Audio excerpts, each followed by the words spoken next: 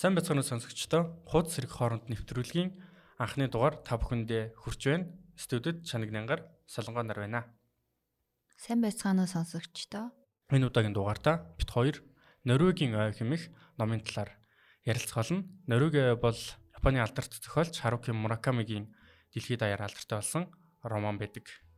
Тэгээд энэхүү нэвтрүүлэг маань цаашид яг иймэрхүү байдлаар буюу хөтлөгч миний бие мөн уншигч хоёрын хоорондын яриа маягаар явна гэсэн үг.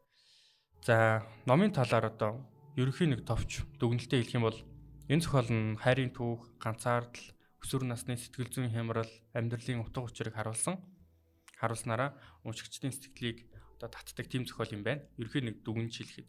Тэгэхээр Солонгоогоос яг номын талаар ерөнхий буюу маш ерөнхийгээр хамгийн анхны сэтгэл мэдрэмж нь ямар мэдрэмж төрсөн бэ? Зүгээр уншигчийн үгнээс. Би энийг яг анх баг 1 жилийн өмнө эхэлжсэн байхгүй уншаад. Амар инээдтэй. Тэгээд яг дунд нь оруулаад ямар утгатай юм бийг орхицсан. Тэгээд нэг сүүлд яг энэ 24 он дуусгаад за уншсан ингээд тал хэсэгчлээд үлдээсэн номнуудаа бүгдийг дуусгая гэд. Тэгээд Норвегийг дуусгажсэн байхгүй юу. Тэгэл яг уншаал дууссан нэг сонин ингээд ямар сони юм бэ? Нэг тийм бодол төрөөд тэг ингээд надад амар олон асуултууд үлдээсэн. Би тэгээ яг ингэж энэ зохиолыг яг дүгнжилж чадахгүй байгаа байхгүй юу? Бүр нэгс ямар сони ингэж бодогдохоор тэгэл үлдсэн. Амар сони олон асуултууд. За тэгвэл одоо бит хоёлаа энэ зохиолыг одоо олон асуултууд нь хариулах гэж оролдоно гэсэн үг. Мэдээж бүрэн гүйцэд хариулж чадахгүй ч магадгүй. Гэхдээ тэр олон асуултуудад магадгүй утга зохиол судлаачид, уншигчид юу гэж хариулсан байдгийг гэдгийг сонсогчдоо бас ярилцсан. Өөрөөсөө бас мэдчих авцгаая тийм ээ. За номын сонсогчдоо хандаж уншаагүй сонсогчдоо хандаж хэлэхэд номын одоо агуулга гэх юм бол гол дүр Ватанабе Тору Ватанабе гээд залуу өнгөрсөн дурсамжуудаа эргэн санаж өөрийн анхны хайр Наоко мөн одоо эрч хүчтэй одоо хөгжилтэй бүсгүй болох Мидори хоёрын хооронд сэтгэл нь ингэж эргэлзэн хямарж байгаа талаар өгүүлдэг. Ер нь бол ийм дурсамж дурдтгал маягаар бичигдсэн зохиол гэсэн үг. Зохиолын үйл явдал 1960-ад оны Токио хотод өрнөдөг. Тэгэхээр 1960-ад оны үеийн Токио хот нь өөрөө одоо залуучуудын өмэн самуун бослого хөдөлгөөн оюутнуудын бослого гэх мэтлэн тийм үе байсан байна л да. Яг тэр үеийг харуулдаг. Яг нэг залуучуудын 19, 20, 20-од насны залуучуудын оюутны байрны амьдрал. Тэгээд шин дуу хөгжим, шин ном соёл, шин одоо барууны үзэл хандлага, за магадгүй задгаа илүү эрх чөлөөтэй задгаа амьдралын хөвшил гэдэг ч юм уу те. Тэр зүйлийг өгүүлдэг. Мөн одоо соёлын өөрчлөлт, одоо мэдээж гол дүрийн одоо хувь хүний дотоод шанал, сэтгэлийн гүн гүнзгий одоо шарахыг одоо харуулдаг тийм зохиол байдаг. Надаа энэ дээр яг одоо үеийн Монголын залуучууд шууд харагдсан гэх юм уу?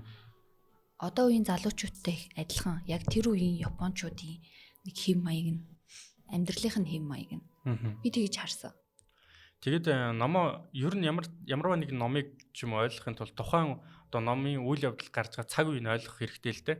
Ямар нэгэн түүхэн зохиол уншлаа гэхэд тэр тухайн түүхийн одоо талаар тодорхой хэмжээний мэдлэгтэй байвал илүү тэр ном ордог, илүү ойлгодог.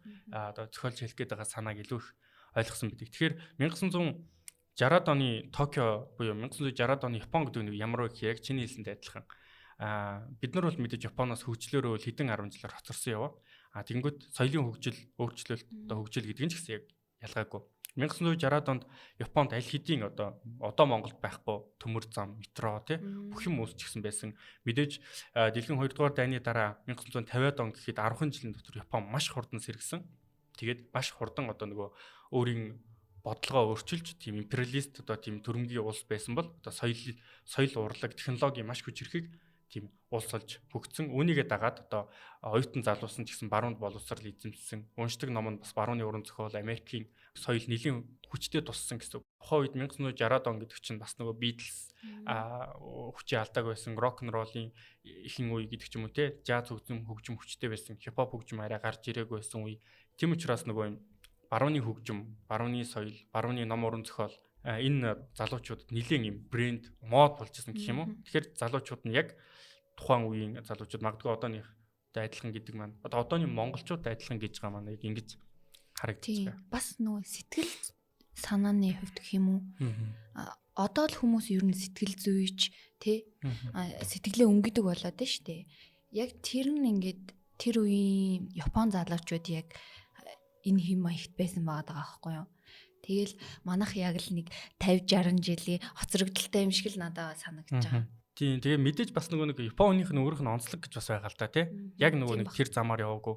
Мэдээж нэг японочууд чинь биднийг одоо сэтгэл зүй одоо нэг юм хит ингэж зүтгэхээр одоо Япон хүмүүс ямар гэдэг ямар ажилласыг үлдээ тий. Тэгсэн мөртлөө амиа орлолоор дэлхийд гээд ихний эдд ордог. Барууныхан шиг юм чөлөөтэй юм илэрхийлдэггүй. Одоо Аз дундаа одоо дорны үндэстэн дундаа хамгийн баг хаалттай ч гэмээр хүмүүс юм шиг штэ тий. Тэгээ тэр талаар бас харуулж байгаа. Тэгээд номын үндсэн сэдв болоод утга санааг одоо базаад өгөөч гэд би нөгөө судлаад үзэхэд ерөнхийдөө 3 агуулга байгаа. Хайр ба алдагдал. Алдагдал гэдэг нь одоо алдсан зүйлс одоо иргэн дурсах гэсэн утгатай юм шиг байгаа. Тий, гол дүрүүдийн харилцаа, тэдний хайр дурлалын төвүүд нь аз жаргал, гуниг, хагцал, өвдөлт гэсэн ийм түлхүүр үгүүдээр илэрж байгаа. Ганцаардал ба дурсамж гэж байгаа. За мэдээж энэ ном бол тодорхой хэмжээнд ганцаардал мэдрүүлдэг, тухайн гол дүрэн тийм нэг ганцаардлыг мэдэрсэн тийм дүр байдаг. Мэдээж дурсамжийн тухай ном. 3 дахь нь амьдрал ба үхэл. Буюу амьдрал ба үхлийн үндэс нь гэсэн утгатай юм философи асуудал гарч байгаа. Амьдрал гэж яг юу юм бэ? Үхэл гэж яг юу юм бэ? Хүн яагаад үхдэг юм бэ?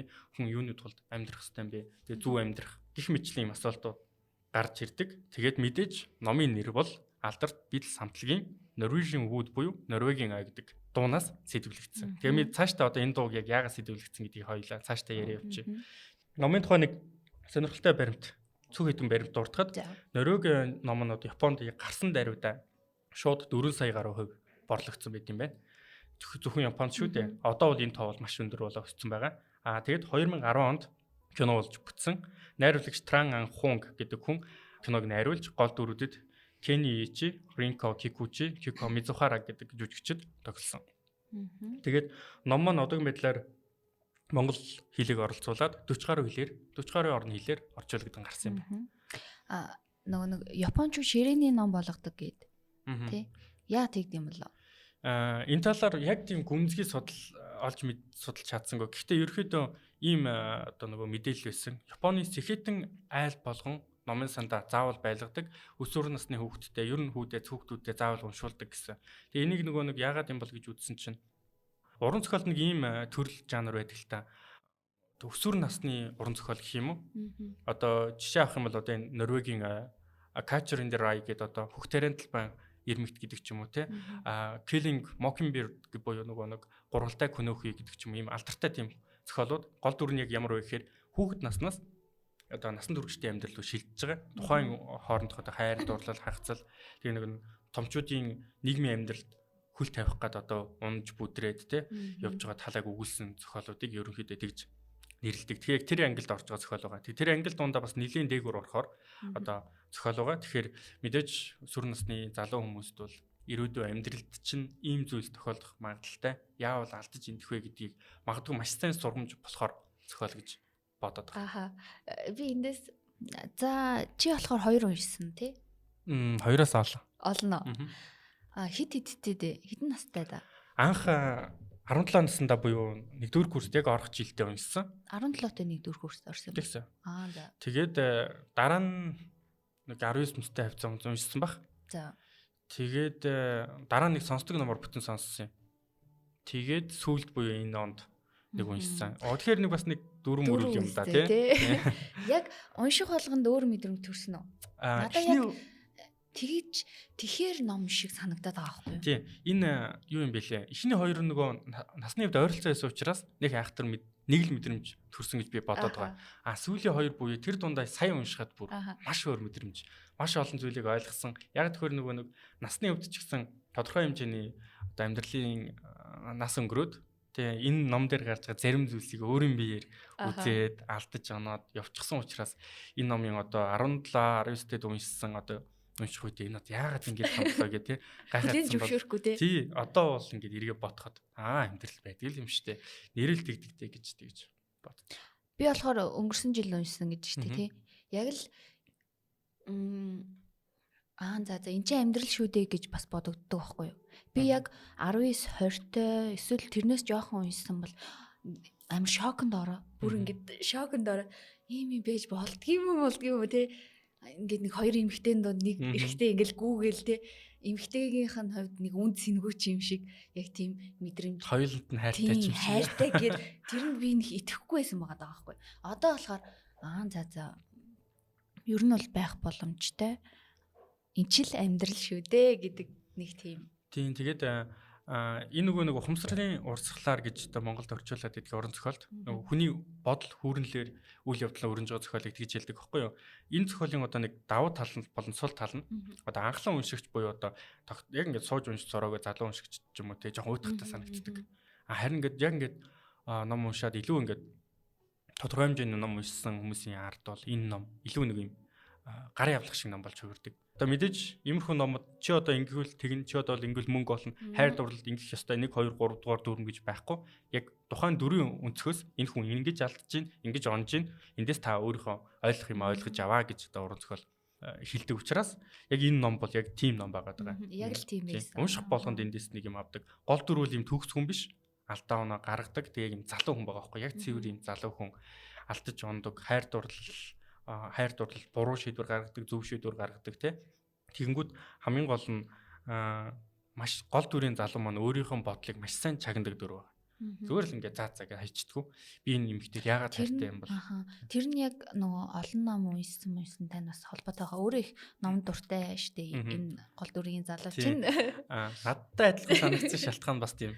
Мураками өөрөө энэ яг олон судлаач тэгж хэлдэг юм билээ. Норигийн гол дүрхийн Тору гэдэг дүр бол Муракамигийн залуу цагийн өөрийнх нь дүр. Яг тэгвэл Мураками өөрөө маш их барууны уран зохиол уншдаг байсан. Одоо Dickens гэдэг ч юм уу тий. Агуу Гэтсбийн зохиол, агуу Гэтсбийн тэрэг уншдаг. Энэ дэр хүртэл агуу Гэтсбийн талаар гардаг. Яг баг залуугийнх нь дүр гэж үздэг. Тэгээ надад бас таалагдсан шалтгаан нь би бас багтаа ингэж ингэ ном уншдаг байж байгаа. Тэгээд бас тийм хөгжим дуртай. Хөгжимдөө юм jazz, blues гэдэг ч юм уу тий. Инди рок ч юм уу юм зөөлөндүүд төрлийн хөгжим дуртай. Учираас илүү бас надад орсон байж магадгүй. За тэгээд нэг зохиолчийн талаар би нэрийг тийм чамд сонирхуулъя.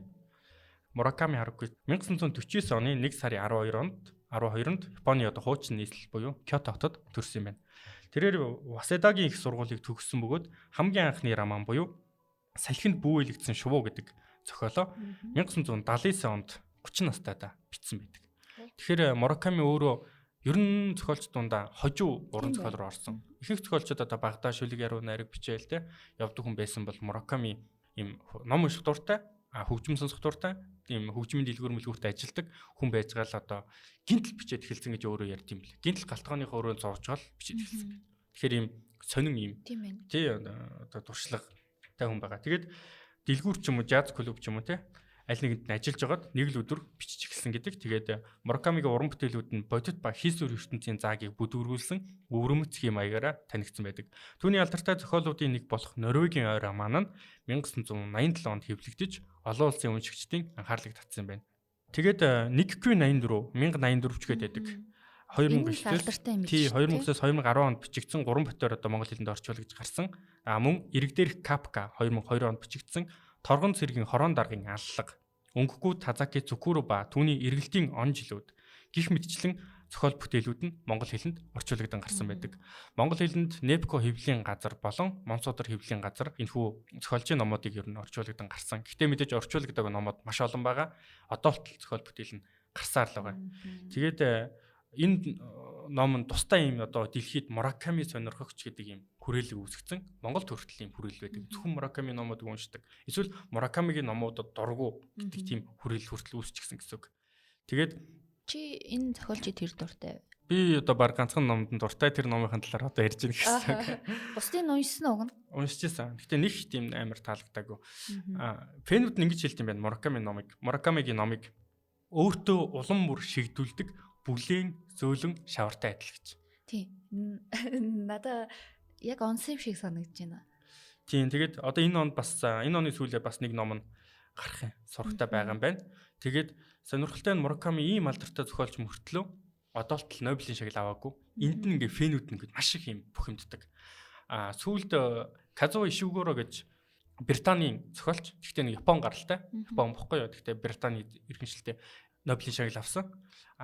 Тэгэхэд фэнүүд нь бүр 200 гаруй фэн ингэж Японы Нобелийн хороонд уран зохиолын хорооны чөлөө Нобелийн хорооны гадааны суулт зарласан. Би эсэргүүцэж байна. Энэ удаагийн шагналыг бол Мураками авах ёстой гэдэг ч юм уу. Тэгээд түүний дараа Питер Хандке гэх мэтлэн ингээд маш олон одоо өнгөрсөн жил хинч авлаа. Ингээд зохиолч тавсан. Өнгөрсөн жил Ханган гэдэг Солонгосын зохиолч авсан. Тэгэхэд өөртөө одоо фэнүүд маш их одоо бухимдсан.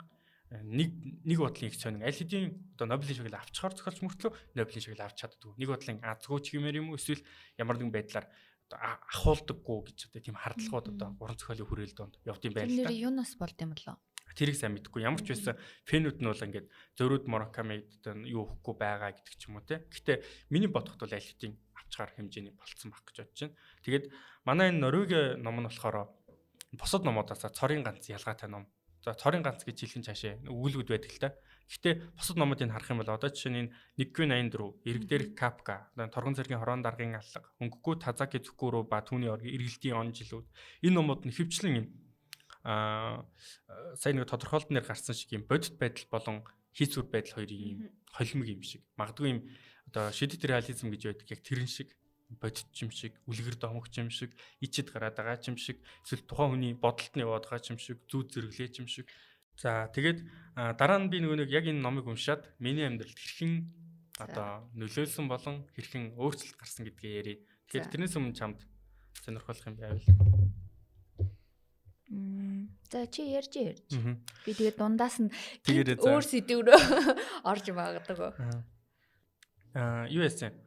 Би өөрөө бас түүхийн мэргэжлэр анх их сургуульд ороод гэхдээ уран зохиол сонирхолтой бага зам уншдаг байжгаад тэгээд бас нэг 2-3 жил болоод олон асуудлаас болоод ингээд солихоор болоод бас тэг хайр дурлалтай холбоотой. Тэгээд тэр үедээ ингээд номынсаа ороод номынсанд ороход үндэсний төв номынсанд ороход 4 ном авах хэрэгтэй байдаг. Нэг өдөр ороход 4 номны би 3-ын мэргэжлийн ном буюу одоо түүхийн судалгаа, антрополог, археологийн номууд ч юм аваад нэг ном нь уран зохиолын ном авчдаг байхгүй. Тэр уран зохиолын ном болохоор тэр мэргэжлийн одоо уйлгартай номуудыг одоо уншиж явах замдаа юм хачир болгож одоо нэг юм сэндвичилж авч байгаа байхгүй.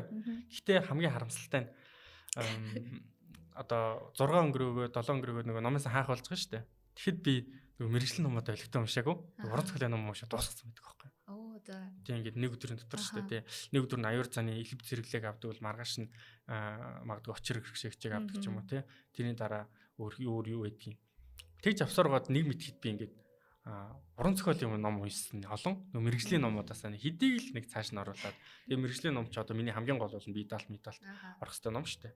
Тэгэхэд яг санаандгүй тохиолдлоор тэр Норвеги гэдэг номыг олж уншсан.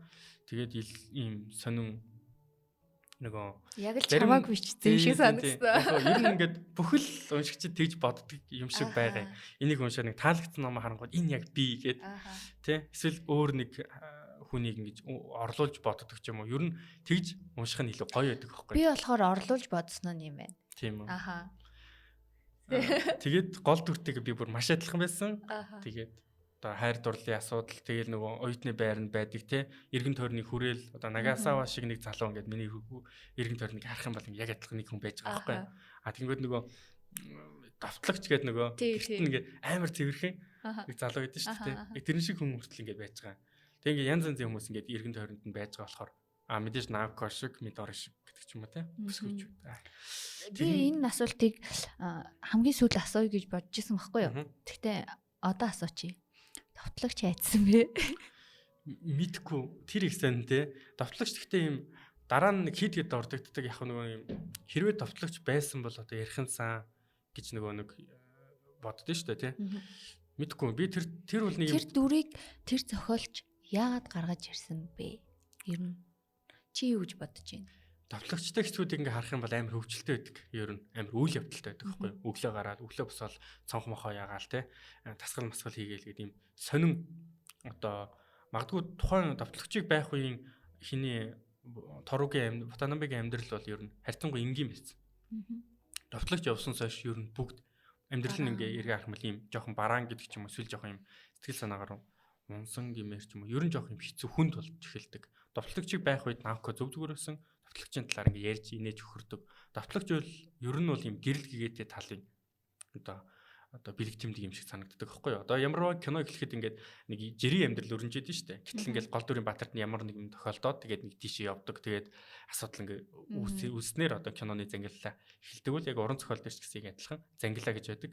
Тэнгүүд давтлагч бол яг юм гол дүр биш. Юм туслах дүр ч гэсэн нэг юм сайн сайхан талаас. Тийм сайн сайхан игэл жирийн нам тайван гэгээлэг гэсэн амьдралыг магадгүй төлөөлж исэн дүр юм болов. Давтлагч явсанс хойш нако алга болдог. Накотой ингээд холбоогүй хэдэн сар болдог. Тэгээ ингээд эргээд ариг шодбогдсон чинь. Яг нөгөө гэрлээс нэг харанхуур уу. Тийм, давтлагч бол яг тийм дүр юм болов уу гэж бодсон. Давтлагчаас хойш илүү тодорч гарч ирж байгаа дүр нь бол Нагасава байдаг. Яг хэсэг зур тий. Давтлагчийн талаар маш их ярьж байгаа. Сүүлдээ Нагасават явдаг. Нагасаватай одоо ингээд гарч ороод байгаа амьдрал нь ер нь бол жоохон юм. Угаасаа яг тий. Нагасават болоод байгаа. Тэгсэн мөртлөө гол дүрий буюу ер нь бол ингэж байгаа юм шүү. Уншигчдыг бэлдэж байгаа юм шүү. Магадгүй. Тийм. Гэхдээ уншигчид мэдээж тэрийг нөгөө анзаарлахгүйгээр л цаашаа явж гэнэ гэсэн үг. Ингээ шууд тэр нэг гүн хэсэг рүү ороод бас шоконд ормоор тий. Ер нь бол тийм нөгөө юм сайхан зүйлийг эргэж өгүүлэхэд давтлагчийг боддоо шүү дээ тий. Одоо давтлагч байсан ч болоосаа гэж нэг сүүлд 1-2 удаа дурсахад уншигчид өөрөө ирэхгүй нэрээ тэр хайцсан бол тэр байсан ч болоосаа гэж боддог тий. За чамд угаасаа чи өөрийгөө гол дүрийн залуутай өөрийгөө адилхан гэж штий тий. Тэр дүрдээ дуртай юу? Ер нь бол дуртай. Гол дүр нь бол би бол ер нь сайн өнгөж боддог. Алдаа дутагдал гаргадаг тий. Хин нэгнийг дагаж одоо буруу шийдвэр гаргадаг. Боловч одоо мэдээж тэр эмэгтэйчүүдийн асуудал тэр бол эмэгтэй хүний өнцгөөс харахад бол бас жоохон хэцүү байх гэж бодож байна. Нэг бүсгүйтэй нэг шөнө уулзчаал маргааш ингээл яваад өгдөг гэдэг ч юм уу. Гэхдээ мань хүний яг дотоод мэдрэмж нэг энэ ном дээр гараад байгаа байхгүй юу? Өөрийгөө буруу зүйл хийж гин гэдгийг мэддэг. Хин нэгнийг гомдоохыг хүсдэггүй. Нагасава шиг хүн бол бүр тис эсэргээр байгаа байхгүй юу? Нагасаваг дагдаг тийм хэсгүүд нь бол одоо нэг өмөрч хэрэг гол дүр өмөрч хэлэхэд бол яг үүндээ үл яг энэ хүндэгээ хэлэхэд бол хийцгэрсэн байхгүй юу? Яг хийцгэрсэн үедээ л явж байгаа. Залуучууд ер нь оюутны байранд амьдарч шүү дээ. Гарах хөшөөн гарьё. Хайчих юм мэдэхгүй. За ингээл гараа авчдаг. Тэгэл найзынхаа машин суугаад хотоор димий тинэл гэдэг ч юм уу. Эсвэл нэг караоке орол, эсвэл бар орол, эсвэл нэг пабад орч нэг шар ариг уугаал ч юм уу тийм амьдрал бол угаасаа л байдаг. Залуу наснд бол нөгөө аюурзан зохиолчийн нэг ном дээр ингэж гардаг байхгүй юу? Цаг мөнгө хоёрыг хэмндэг болоод бид нар залуу байхаа болдог гэдэг. Бид нар хэрвээ мөнгөө ингээ гамдаг болоод цаг заваа ингэж үнэлдэг болоод ирэх юм бол тэр хүн ер нь бол залуу байхаа болцсон гэсэн утгатай тийм хэсэг гардаг байхгүй юу? Би одоо ямар байна? Би бол одоо айлын маш их хэмнэх гэж хичээж байна. Амьдралын шаардлагаар угаасаа л анжийн хоёр ч хоёулаа амар чухал зүйл. Тэр дундаа цаг хугацаа гэдэг нь хизээч хэрэгж алдахгүй зүйл. Залуу наснд бол юм байдаг шүү дээ. Тийм ээ, би бол ер нь хөшөрж байгаа. Гол дүрдээ ер нь бол дуртай. Тэгээ ер нь би гол дүрийнхэн бүх сонголтыг тэгдэг гэх юм уу те. Магадгүй нөгөө нэг Реко гэдэг эмэгтэй байгаа шүү дээ. Магадгүй тэр хүн шиг. Реко илүү юм төлөвсөн эмэгтэй байдаг л та. Тэр чинь зөвхөн насал юм шүү. Магадгүй. Гэтэ би ихчмэд хүсгээд дуртай гэсэн үг биш шүү. Тэгээд чи одоо айл хэдэн 30 гар насны эмэгтэй байгаад байгаа шүү дээ. Яг юмыг эргэцүүлдэг, яадаг насан дээр очсон. Тэгэхээр чинь тэд нар ч гэсэн одоо 30 эдтэй дээр очивол тийм л болж хувирна гэж бодож байна. Тийм, угаасаа 19 20-той тэгсэн мөртлөө хин шиг юм ярихгүй тодорхой. Тийм л ахalta тий. Гэхдээ яг ч мэдэхгүй зүгээр л тэгж боддог. Тэр ном дээр яг тэр дөрүүд л гарч байгаа болохоор магадгүй Мидори ч юм уу Накогийн 30 настай үе гарсан бол шал өөр санагдах байж магадгүй л дээ. Тэгээд номоос нөгөө би нэг юу яасан? Онцлог ишлэлүүдийг авсан. Тэгээд энийг уншиж өгöd ярилцъя. За, нэг ийм ишлэл байна. Юу ч хамт хэрэгтэй хэн мэдх юм бэ? Тийм болохоор аз жаргалын сэжим хаач таарсан шүүрч яваад бусад хүн юу гэхийг тоохгүй хэрэгтэй. Амьдралд тийм боломж 2-3хан л тохиодгийг би туршлагаараа мэдсэн. Боломжоо алдаад өнгөрүүлчих үл харин насан туршдаа харамсдаг. Хэний хэлсэн юу? Тэрийг бичиг байна. Ямар ч байсан тэрийг тэржилж байгаа шүү дээ. Наад за тэгвэл сонирхолтой. Наад чи хий хэлсэн гэж бодож байна. Би нэг Реко юм уу гол дүрийн Ватанаbe хоёрыг нэг л хэлсэн байх гэж бодсон. Сайн сандгүй. Чи санаж байна уу? Санахгүй байна харин. Энэ хурууд хүн болж төрснийх жаргал гээжийг амсаад л өнгөрөх учиртай гэсэн байна. Нөгөө найз юм шүү. Тий. Шовч найз. Тэгж хэлдэг. За энэ бол хамгийн алдартай ишлэл. За. Сэтгэлээ нээлээгээд яах ч юм блэ гэхэд Реко алгаа авсарч аз жаргалтай болно доо гэж хэлээ. Үнэхээр яг нэг тийм гэгээлэг охины дүр шүү тий. Тий. Одоо нэг юм харамсалтай нэг бодлоо. Тэр өнгөрсөн түүхийг бодоход тий. Яг юм. Ингээ айгүй хүнхэн амьдарч чадаад байгаа байхгүй тэр насандаа гэхэд. Тэр чинь ингээд айгүй их зовлон тий ээж нь эрт нас орсон. Бас их чинь бас нэг тийм дотн биштэй ихчтэйгаа. Реко юу? Тий. Тийм баха. Ямар ч бас нөгөө нөхөр хүүхэдтэй шүү дээ. Тий. Тэгээд хүүхдийг хоолой мэддэг. тэгж уулз. Тий. Их ядгүй тий. Аав нь би нүдтэн тэгээд сүйд нас ордог шүү дээ. Тэгсэн мөртлөө ийм их олон зүйл дотор гэгээлгээрээ үлдэж чадж байгаа байхгүй юу? Харин тий. Тийм байх гэж хичээдэг санагдсан. Гол дүр тэр яг угтаа бол тийм биш гэж юу? Тий. Сул дорой эмхтэн байгаа. Гэхдээ ийм магадгүй Мидори надаас дүү Мидориг тэр төшиг тулгуур болох хэрэгтэй гэдэг үднэс хүчтэй байдаг. Хошигндог. Бараг энэ зохиол дээр гарч байгаа хамгийн их хошигндог дүр. Тий. Тэгэхээр чин Нако шал өөр тий. Тий. Ер нь бол нэм хүнд хэмжээний сэтгэл готроллаас хүн гарахад маш хэцүү байдаг юм байна л да. Тэгээ сэтгэл зүйн эмгэг гэдэг чинь нөгөө ихэнх нөгөө нэг биеийн эмгэг шиг вирусаар ч юм уу тий. Ингээд дур муран гарч юм ингээд харагддаг юм биш болохоор эмчилгээд маш хэцүү. Тэгээ эмээр дан эмчилж болохгүй. Чи энэ дүрийг өхөн гэдгийг ер нь мэдчихсэн үү? Анх уншаад нэх амар мэдээгүй ч гэсэн ер нь гайхаагүй. Ер нь ийм сэтгэл готрлын дээд түвшин гэж байгаа шүү дээ. Одоо эсэргээр ярих юм бол доод түвшин буюу тэнд очих юм бол тэнд амиарлах гэж байд юм байна л да. Хүмүүс тэгдэж шүү дээ. Зүгээрээ болно доо гэд. Яг ингээд одоо бодоход тэр нөгөө нэг гол дүрийн залуу ялтчгүй залууцсан байхгүй. Тэгээ Нако ингээд сэтгэлээ ингээд нээх гэж оролдонгууд хаяад хийх юм уу гэдэг. Одоо би тэрийг уншихад амар хэцүү байгаа байхгүй юу. Наадах чинь үнэхээр зүгээр нэг юм сэтгэл готрол ч юм уу ингээд сэтгэл санаа нь үүмэрсэн юм бишээ. Үнэхээр тусламж хүсэж чамаас өөр ирэхгүй тухайн дүр маань тусламж хүссэн. Тийм маш олон удаа ингээд би ингээд тэгээд ах юм аа гингүүд гол дүр маань зүгээрээ болно доо. Хэсэг хугацааны дараа зүгээр болчихно гэж хэлдэг. Бидний нөгөө нэг сэтгэл готролтой хүнд хэлдэг хамгийн том алдаанууд нь тэр юм шиг байгаа. Юун сүртэй амьдралд угаасаа л юм байдаг. Чамаас л зовлонтой хүмүүс байдаг. Мэдээж хүн одоо ямар нэгэн хэцүү асуудал болоход хин нэгэн ирээд наач сүртэй асуудал биш гэж хэлэхэд дагаад тэр асуудал нь алга болно гэж байхгүй шүү дээ. Тийм учраас л энэ зохиол айгу гоё яваад байгаа байхгүй. Тийм. Яг хэнийг бол аварч чадаагүй шүү дээ тий. Гэхдээ аврах боломж байсан ч гэж хэлж чадахгүй шүү дээ тэр. Тийм хэцүү. Зүгээр тусал мэдгүй угаасаа анханасаа өөхөх тийм хувь тавилантай дүрч байсан. Тийм тэрийг нөгөө нэг зохиолонд их хальт харуулдаг шүү дээ. Аав нь их чинь нас орсон шүү дээ. Амиа орлсон. Тэгэд их чинь яг амиа орлсон дараа аав нь тэгж хэлсэн гэж байгаа. Бас нагдагчийн чүлийн төрлийнх нь их чинь нэг нас орж исэн. Бас амиа орлож исэн. Тэгэд аав нэг юм гайхаад манай удамд нэг юм байна да гэд хэлжсэн гэд те. Тэгэнгүүт нөгөө ядж яхад нөгөө их чинь нас орчаад их чинь уул нь ингээд хөндлөнгийн нүдээр харах юм бол маш сайхан сэтгэлтэй, ганган, хэнцэр, сургуультай, амжилттай, сурлагатай охин байсан гинтэл ингээд нас орсон гэдэг байгаа. Гэтэл нөгөө тэр хүний дотор ингээд ямар процесс байсныг эцэг хинч мдээгүй, дүүнч мдээгүй байгаа байхгүй юу. Дүүдэл нэг баг зэрэг ингээд хальт гаргаж ирсэн. Гэхдээ дүүн буюу тэр Нако тэрийг ухаарч ойлгох хэмжээний наснд хүрээгүй байсан. Тэг эргэж бодохорыг ойлгож байгаа. Би нөгөө нэг сая одоогийн Монголын залуучуудтай амар адилхан яг энэ өнцгтэр надад амар адилхан санагдсан байхгүй юу. Одоо залуучууд тий яг л ийм одоо сэтгэл рүүгээ өнгөдөг болж гин. Тэгээд бас яаж энийгээ даван туудахаа мэдэхгүй байна тий зарим залуучууд. Маш олон асуудлууд байгаа. Одоо нийгэмд маань хамгийн наацхаас ахуулаад нэг burnout буюу ажлаас галшрах. Тэгээ нөгөө стресс орж исэн баг тий. Орж исэн. Ойр хугацаанд орсон шүү. Тэгээд ер нь хэцүү юм билээ. Тэр чинь удаан үргэлжлэдэг хэдэн сараар. Тэгээд тэрнээс ахуулаад бүр нөгөө цаашлах юм бол сэтгэл готрол тэгээд архины хамаарал юу гэдгийг олон юмнууд байгаа. Тэгээд сэтгэл мэдрэмжээ би яг одоо яагаад энэ гэдгийг мэдрээд магадгүй ингээд сэтгэл зүйчд очдог байх хэрэгтэй шүү дээ. Бид нар нэг тэгдэж шүү дээ. Нэг зөвхөн нэг найзтайгаа уулзаал нэг шоуд ч юм уу эсвэл нэг ууц шамбал болчихно гэж боддог. Гэтэл яг тэр хангалттай байгаа байхгүй юу? Үнэхээр ингээд асуудал үүсэх юм бол тусламж авах хэрэгтэй. Анх нь баг дээр нь авах ёстой гэдгийг би л ойлгосон. Тэгээд манай одоогийн залуучуудтай бас нэрээ адилхан байгаа. Тэгээ нэг юм хошинч гэмээр юм эсвэл нэг сонин үнцэг хэлэхэд хуучны нөгөө 90-ад онд ч юм аав ээжийн үед маань одоо сэтгэл готор байгаагүй юм уу гэмээр байдэн шүү дээ тий. Одоо ингээд эм орж ингэнгүүт аав юу эм орл юу яриад байгаа. Тэгээ нөгөө жоох ингээд юм бодоо сунгууд юугаа бодоод байгаа үр алдсан хужаа шиг гэ тий. Янз янз юм хэллэхүүд байдаг шүү дээ тий.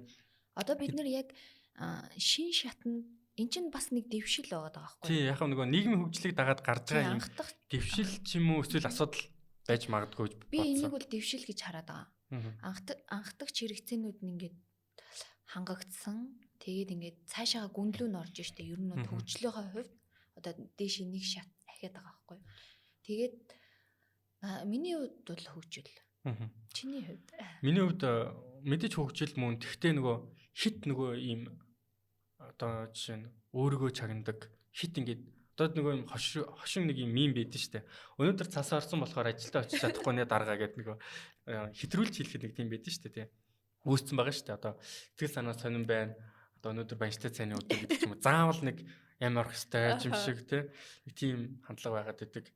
Энэ дээр үл мэдээж тэр юм орол нь бол нэг асуудлууд нь бол юм орол биш. Яг үнэндээ юм жинхэнэ сэтгэл готрол байгаа. Одоо мань дүүрч гисэн сэтгэл готролд ордон штэ. Хэдэн хоног ингээ хөдөө гадаа яваад архитаар суугаад ингээ байнга үйлж идэг. Гэхдээ мань хүн бас нэг дэвшлэн нөгөө найз нас ороод хайртай бүсг нас орсон ч гэсэн амьд үлдэж чадж байгаагаараа энэ номын нөгөө нэг ялалт байгаад байгаа. Магадгүй Мидори энэ хоёр дүрийн гэх юм уу? Нэг нь хөгжиж штэ тий.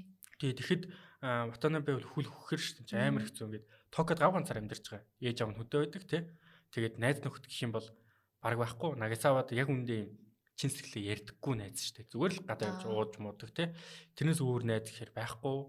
Хамгийн итгэл одоо юмаа ярьдаг байсан Нако гэдэг хүн ингээд нас орчиж байгаа. Тэгээ Мидори болохоор ингээд өөрт нь гомдоо яваад гэж байгаа. Тэнгүүт мань хүн үнэхээр хэцүү байгаа. Баг ингээд хөхөж болохоор одоо хорогдох юмгүй шохоо болчихж байгаа байхгүй. Тэгэхэд мань хүн өөрийгөө авч үлдэж байгаа. Магадгүй нөгөө Накогийн төлөө амьдэрж байгаа. Тэгээ тэр нь дараа нөгөө Реко ирээд чамайг ингээд сайн байгаад баяртай байна гэсэн утгатай юм хэлдэж штэ. Тэгээ ирээдүйд цаашдаа ингээд сайн амьдраарай гэд хэлж байгаа нь илүү юм гоё одоо сургамж энэ номын одоо хамгийн гол магадгүй агуулга байж магадгүй. Тэгээд номын төгсгөл буюу одоо цаашид яасан гэдгийг номын эхний хэдхэн өгүүлбэр дээр гаргацдээ штэ. Хэдхэн дунд нь бас нэг хэсэг гаргадаг. Ватанабе нөгөө нэг Хацуми гэдэг бүсгүй байдэн штэ. Нагасавад хайртай. Энэ баяалын маш цэвэрхэн хэнцгэр мөртлөө амиа оролдог шүү. Тий, дараа нь амиа оролцсон гэж гардаг. Тэрийг дуулаад би нөгөө Нагасаваас сонссон. Тэгээ Нагасаватай би харьцгаа байсан гэд тэгдэг. Гэхдээ тэр үедээ нөгөө бас нэг сурвалжлага морвчлага гээ явж исэн чинь сонссон ч үлээ нэг тийм явд юм а. Тэгэхээр мань хүн ямар ч байсан нэг уран зохиолын мэрэгчлэрээ цаашдаа ингээ ажилласан юм шиг байгаа.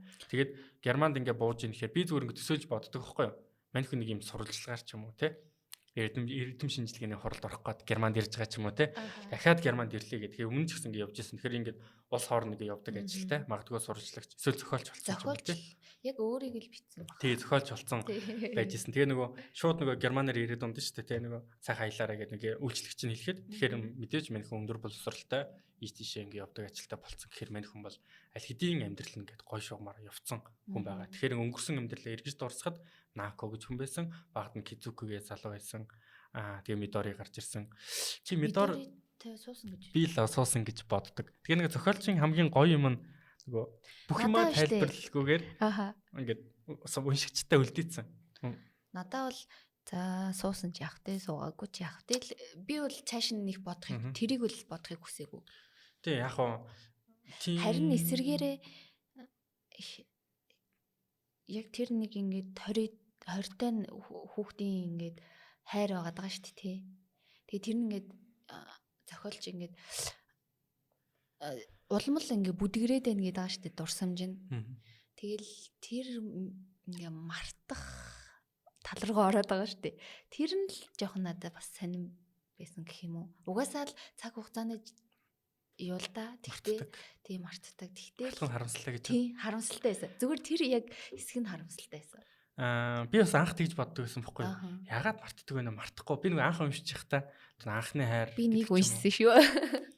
Дурлал шинхэн байсан учраас нэг тэр анхны одоо хайраа мартна гэдэг боломжгүй зүйл юм шиг надад санагддаг байсан байхгүй юу? Гэтэл одоо ингээд цаг хугацаа өнгөрөөд нэлээд олон жил болцсны дараа бол тэр үлгэр анхны хайр бол анхны хайр л гэж бодогддог. Яг жинхнээсээ нөгөө энэ төсөөлөх гэхээр нөгөө удаж ин царай нь орж ирдэг гэсэн шүү дээ. Яг тийм.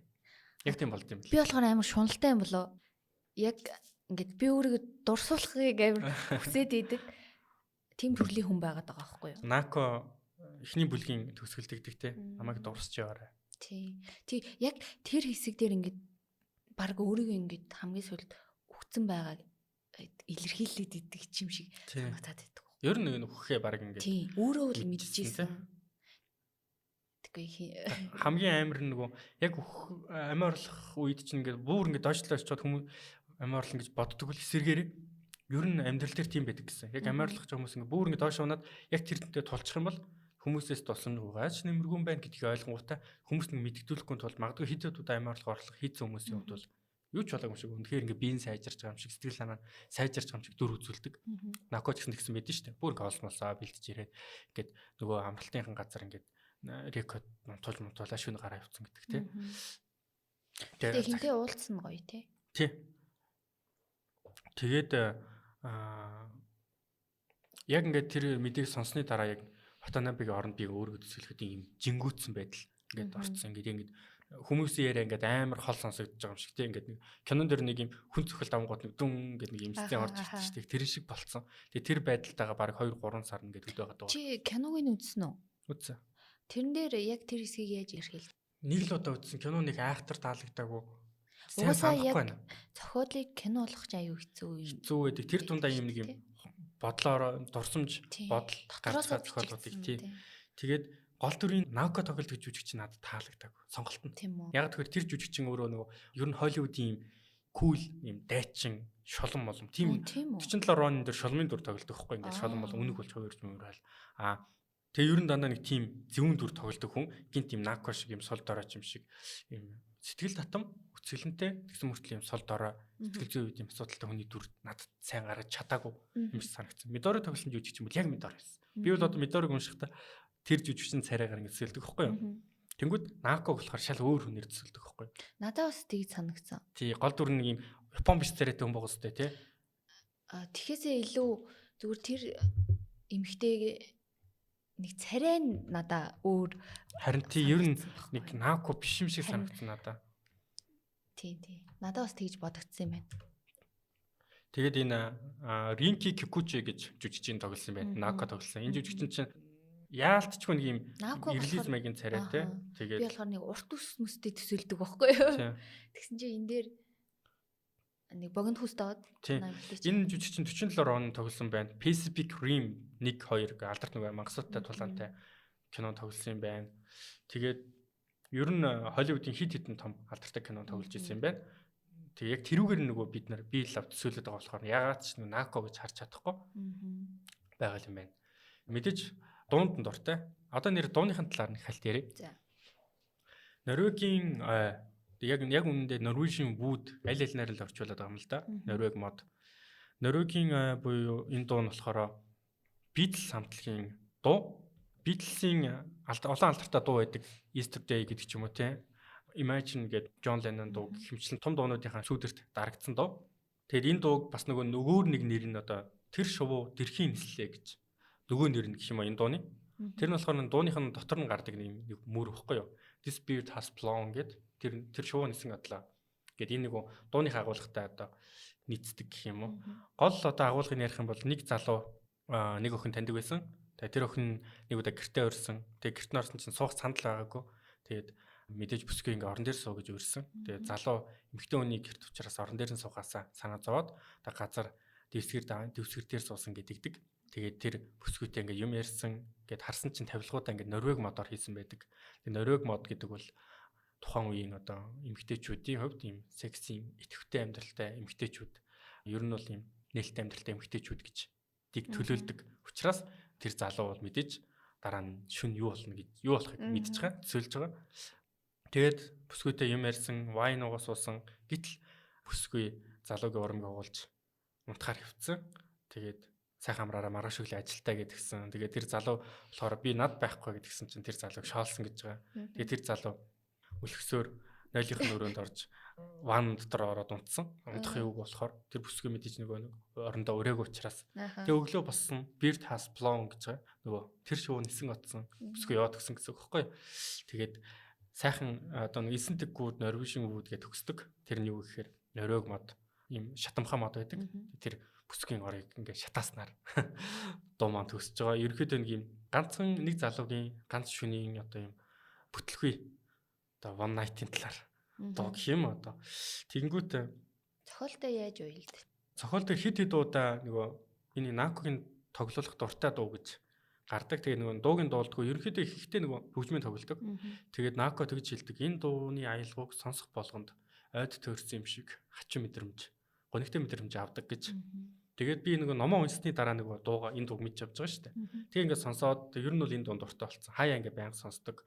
Хөгжмийнх нь аян ингээд сонсох юм бол ер нь нэг гонигтай тэгсэн мөртлөө юм хөнгөн хийсвэр тэгээд нэг юм ер нь бол юм хөнгөн амьдрал нь ч гэсэн одоо нэг юм хөнгөн хийсвэр амьдралын талаар өгүүлж байгаа юм шиг тийм агуулгатай дуу тэгээд энэ зохиолтой бол үнэхээр гоё уйлдж байгаа. Тэгээд мэдээж Муракамигийн бидний мэдхгүй энэ дуутай холбоотой одоо түүх ч юм уу магадгүй байдаг байх гэж боддог. Яагаад тэгэхээр Мураками зохиолч өөрөө маш одоо чинь дууны талаар одоо ном гаргасан бүр жаз хөгжмийн талаар хүртэл ном гаргаж ирсэн. Тэгэхээр ер нь бол дуу хөгжмийн талаар маш өндөр мэдлэгтэй өөрөө нэг дуу хөгжим дуртай, дуу хөгжмийн дэлгүүр мэлгүүр, пенсны дэлгүүрт ажиллаж байсан учраас бидний мэдхгүй Норвегийн хэмээх дуутай холбоотой түүх байдаг байх гэж боддог.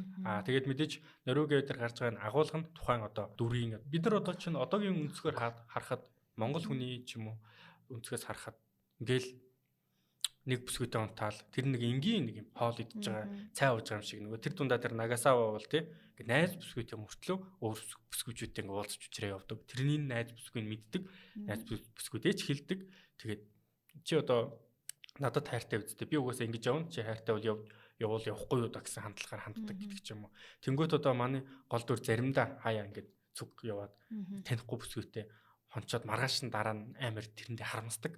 Гэл буудлын өрөөнд тамхины үнэр шартсан сэрдэг те танихгүй бүсгүй ингээл хувцаа ирээл тэгэл тэрнтэй ингээ заавал өглөөний хоол хамт идэх ёстой ч юм шиг хэцүү мэдрэмж авдаг гэд яг юм эрэгтэй хүний нэг юм мэдээж ингээ ууж яхад өөрийнхөө туршлагаар яриад байна уу да гэж хариулахгүй ч яасан ба юунд шавшинг дээр нэгтгэж гардаг байхгүй өөрийнхөө туршлагаар яриад байна уу да гэж та надаас асууж магадгүй би үгүй гэж хэлмээр л байна гэд. Тэгээд тиймэрхүү учраас энэ Норвегийн гэдэг дуу ерөөхдөө надад бол ямар гоё тохирсон гэж боддог. Тий. Би нөгөө энийг мэдхгүй хүмүүс анх ингээд уншихтаа бүх аймагтай зохиол байна да гэж бодлоо. Гэтэл нөгөө ямар ч аймаг байхгүй тий. Тэгээ нэг дууны нэр 2 3 гарснаа номынх нь нэр нь зөвхөн Норвеги байждаг тий. Гэхдээ яг тэр хэсэг ер нь нэлэнхүйдээ ер нь их хамгийн сүүл тэр эмхтэй нислээ гэж байгаа шүү дээ. Дуун дээр. Тий, дуун дээр. Энд дээр ч гэсэн яг тийм л байгаад байгаа байхгүй тий. Тий, нисэн отсон гэж магадгүй бүр цаад агуулгаараа бодох юм бол тэр бүсгүйтэй ингээд бүтэж чадаагүй тэр бүсгүй нэгд явж отсон. Би ингээд бол гоё томоор шаналаад үлдсэн гэсэн агуулга магадгүй гарч иж магадгүй. Гэхдээ мэдээж заавал дуу болгоно дууны үгтэй заавал ингэж холбох гээд байх шаардлагагүй. Зүгээр нөгөө яах вэ? Би холбочмоор байна. Миний хувьд хөгжмийн аян илүү чухал. Ингээд сонсох юм бол Норвеги дээр хаж үйл явдал тухайн одоо амьдрал 60-аад оны ингээл тэгээ хамгийн гол нөгөө гинт ингээл оюутнууд нь бослог гаргаад сургууль соёлоо хаяал явчихж байгаа шүү дээ. Тэгэхэд нөгөө мань хүн тэрийг тоогчгүй те амьдрал ингээл хажуугаар нь бужигнаал гэтэл мань хүн дундуур нь юм нэг хилгүүдүүлээ нэг меланхолик маягийн ингээл яваад байгаа байхгүй ингээл дөнгөнсөн юмтай гээл алдаж оноол тэгээ нэг бүсгүй тайртай гээл ингээд явааддаг нэг бодлын амар тууштай айж юм шиг нэг бодлын амар завх айж юм шиг те сонин дүрштэй те гэтээ нөгөө яг хайртай гэж хэлэх үед бол яг мань хүн өөрөө төвчж чадж байгаа шүү дээ те нэг хэсэг бол тэрийгэ хилдэг тэгээ нөгөө мэдээж Наконд баярлдаг мань хүн бол одоо Нако үнэхээр хэрвээ ингээд идгрээ тэр хоёр ингээд хамт байх юм бол яг үлдсэн амьдралын турш зөвхөн тэр Наког хайрлаж явах боломжтой чадвартай залуу байгаа байхгүй юу. Тэгээд дуусахтаа бас нэг юм бидэнд нэг жоохон ч гэсэн итгэл найдвар өгөөд дуустдаг нь Мидорой руу залгахаар явдаг лөө залгалаа гэдэг лөө тий. Залгадаг. Тий. Тэгэхээр ингээд мань хүн ингээд өнгөрснөө ардаа үлдээгээд цаашаагаа ингээд явж байгаа. Тэгэхээр энэ зохиолын бас нэг үлдээхээс аргагүй шүү дээ тий. Хэрвээ тэр өнгөрсөндөө зурлаа байвал магадгүй ингээд тэр намагтаа живнэ. Энэ дээр нөгөө нэг намаг гэдэг үг маш олоо дагардаг. Ахаал нөгөө хөлгүй намаг 1960 он яг намаг шиг байлаа гэдэг ч юм уу. Фэнүүд нь тэгсэн шүү дээ. Норвегийн биш нөгөө Муракамигийн зохиолууд бол яг намаг шиг гэдэг. Яг л тухайн хүний амьдрал намагт орж байгаа юм шиг юм байдаг. Тэг хаяа ингэ намгаасаа гардаг. Заримдаа ингэ намаг руу орчдөг. Тэг ер нь бол залуу хүний амьдралд яг юм намаг шиг үед ер нь залуу хүн болгон тулаад өнгөрсөн байдаг. За тэгээд надад нэг таалагдсан ишлэл байгаа. Ер нь Норвегийн алдартай ишлэлүүдийн нэг нь чи хүн бүхний уншдгийг зөвхөн уншвал тэднээс илүү сэтгэж чадахгүй болно гэж. Энэ болохоор яг сургамжийн шинжтэй ишлэлтэй Нагасавагаас одоо авах юм ганцхан юм лээ уншдаг. Тэгээд нөгөө бас хит туйл ширамтгай. Нас бараад зохиолч нас бараад 30 жил болсны дараа л номуудыг уншдаг. Яаж байгаа гэсэн чинь цаг хугацаа бол хамгийн сайн шүүлтүүр. Сайн ном бол 30 жилийн дараа байж ивэл тэр сайн ном гэсэн үг ээ. Зохиолч үнэн тий. Тэр бол үнэн. Одоо классик буюу сонгодог зохиолууд гээд одоо Достоевский, Толстой юу гэдгийг те Габриэл Гарсиа Маркес гээд хэдэн 10 жил хэдэн 100 жилийн өмнө магадгүй нас барсан хүмүүсийн зохиолуудыг бид нар одоо уншсаар байгаа шалтгаан нь тухайн зохиол нийгмийн ямар ч одоо уншигдах хэмжээний одоо гарын авлага болох хэмжээний одоо шашнаар хэлэх юм бол одоо ариун содор гэдэг ч юм уу те ариун содор бол ингээ оройн дээд байнга уншдаг гэдэг шиг байж идэг. Тим зохиолууд байгаа байхгүй. Тэнгүүд мен хүн тим зохиолуудыг сонгож уншдаг. Тэг яагаад гэсэн чинь хүний амьдрал гэдэг одоо хугацаатай муу ном уншихад одоо цагаа зарцуулах нь одоо хайрын. Энэ бол яг үнэн л дээ. Амьдралынхаа амар олон зүйлийг зөвхөн нэг зохиолчийн эсвэл нэг жанрыг ч юм уу, детектив гэдэг ч юм уу, те эсвэл хувийн хөгжил гэдэг ч юм уу одоо юу гэдгийг ремиг ингээ уншаад тэргээр ингээ хязгаарлагдах надад зөвхөн хөндлөнгийн зүгээс харахад жоохон өрөөсгөл харамсалтай санагддаг байхгүй юу? Яг 20-тай залуу тэгж хэлж байна гэдэг чинь энэ айгүй ухаантай мөртлөө яг сул тал нь амиал юм биш. Ер нь бол юм хичээдэг. мэдлэг боловсрал гэдэг нөгөө юм мэдлэг боловсралтай байлаа гэдэг тухайн сайн хүн биш гэсэн үг биш шүү дээ. Ер нь бол тэр хүн бол одоо маш өндөр мэдлэг боловсралтай.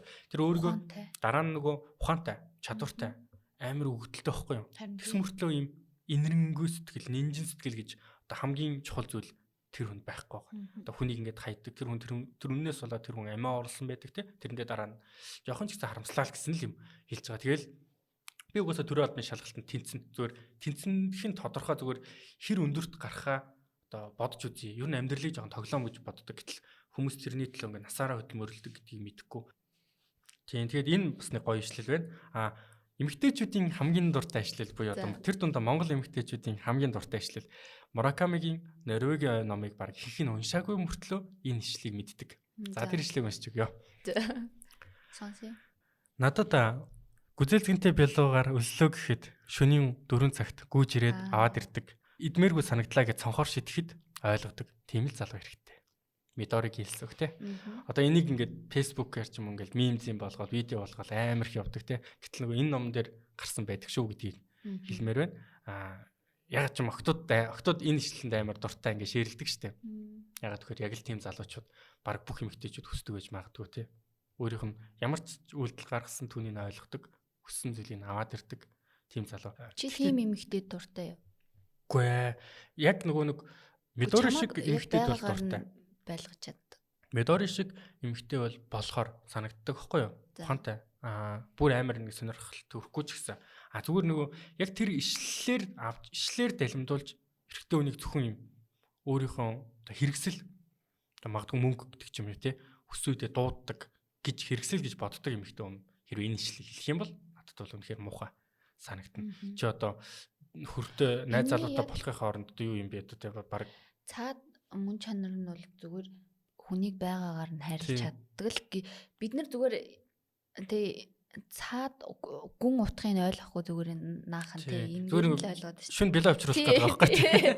Тэгэхгүй цаана нь бол тий яг хүнийг байгаагаар нь хайрлал эрэгтэй эмэгтэй гэлтгүү бүгдэл тий. Үнэхээр тийм хайр ер нь ховор хаа. Тийм. Гэтэ байгаа зөндөө байгаа гэж бодож байна. За ямар ч гэсэн би бол энийг за 25-аас дээш насны хүн уушаасаа гэж бодож байна. Яг жоохон жоохтой 17 18-тай бол арай л ойлгохооргүй юм шиг санагддаг. Тийм тэгээд өөрөө уншаад яг ингээд энийг уншсан хүн болгон яг өөрөөр л мэдэрнэ. Тэгэхээр би нэг дүгнэлт хэлээд бас зөв миний л дүгнэлт аваад байгаа байхгүй юу? Тэгэхээр та бүхэн минь өөрсдөө уншаад тэгээд сэтгэлдээ бичээрэй. Тийм ээ. Энэхүү нэвтрүүлэг маань YouTube-д, мөн Facebook-д хаягт маань орох юм. Тэгэхээр та бүхэн сэтгэлдээ хэлээрэй. Мэдээж нөгөө бит хоёрын анхны дугаар, магадгүй бит хоёрын бүр магадгүй ч угаасаа радиогийн хамгийн анхны дугаар учраас алдаа эндэгдэл зөндөө гаргаж байгаа. Ярен дээрэж тэр агуулга дээрэж тэр тэгэхээр тэрийг маань ойлгож хүлээж аваарай гэж сонсогчдоос жоохон хүсэж энэ тэнд өсөрсөн байж магадгүй тий. Тийм. Тэгээд ер нь цаашдаа нэвтрүүлэг маань жигдрээ явахад бит хоёрын чадвар ч гэсэн сайжраад явнаа. Сайжирт юм байгаа зүтэй гэдэг шиг. За энэ номын өмнөх үгийг үгнээс нэг хэсгийг уншиж өгөөд нэвтрүүлгээ дуусгая гэж бодсон. За өмнөх үгийн хэсэг шүү.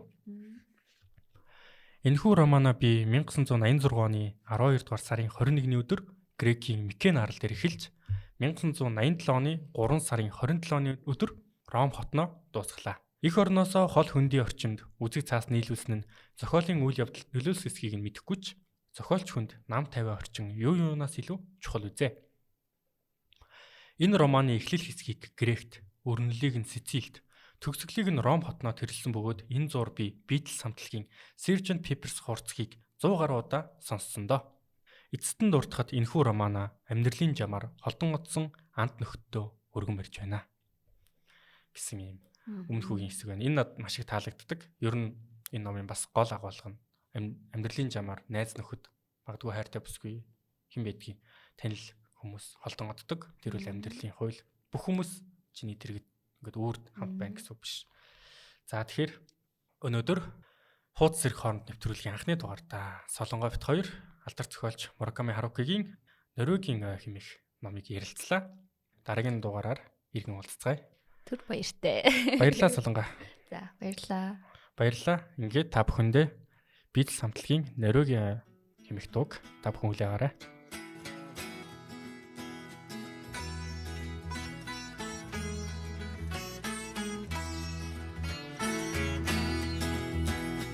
I once had a girl, or should I say